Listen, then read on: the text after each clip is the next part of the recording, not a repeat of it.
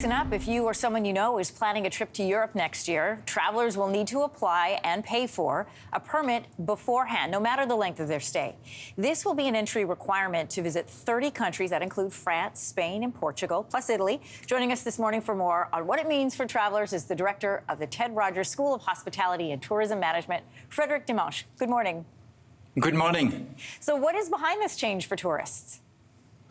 It's not a big change, really. It's a travel authorization, an electronic travel authorization that is being provided by the European Union for people who come from countries from which they don't require a visa. So it's important to distinguish this from a visa. You don't need to apply through a consulate in order to get a visa in your passport. But it's an electronic authorization form in the same way Canada is already doing this with Europeans, for example. The United States are doing this as well. It's called ETA in Canada. It's called ESTA in the United States. And basically, travelers, will be registering and connecting this authorization with a passport number. So they need a current passport, obviously, a valid passport, and that will give them an authorization to travel for up to 90 days over a 180-day period in any European country which is part of the Schengen area, where travel, as you know, there are no borders anymore in the European Union in the Schengen area. So they only need to apply, if I understand correctly, for this permit one time. Tell everybody how they do it and how much does it cost? So they apply one time, ahead of travel, obviously. It will cost about 10 Canadian dollars, about 7 euros, basically.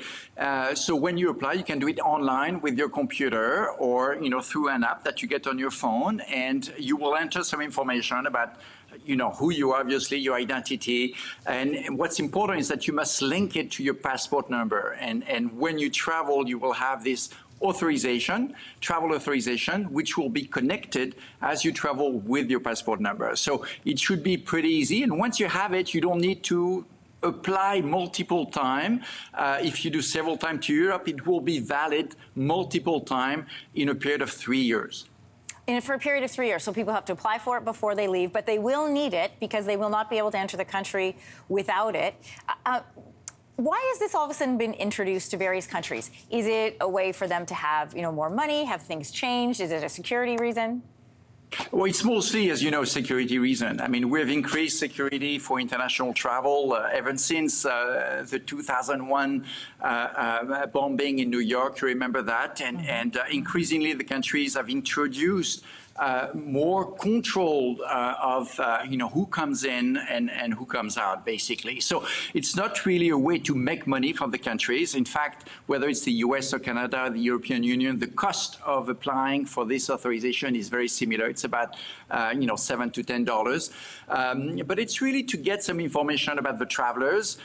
So some people will complain that it's a breach of personal information, basically. But nonetheless, most countries are doing this. And again, remember, it's not a visa, so it should make it easy for people to travel. You need to have your travel authorization before you board the plane, otherwise you'll be denied boarding. So a small step, not a big fee, but a crucial step if you want to continue on your vacation.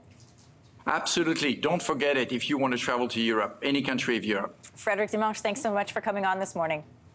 You're welcome. Have a good day. Hey, thanks for watching. If you liked this, be sure to subscribe here, or you can check out more Your Morning videos right here.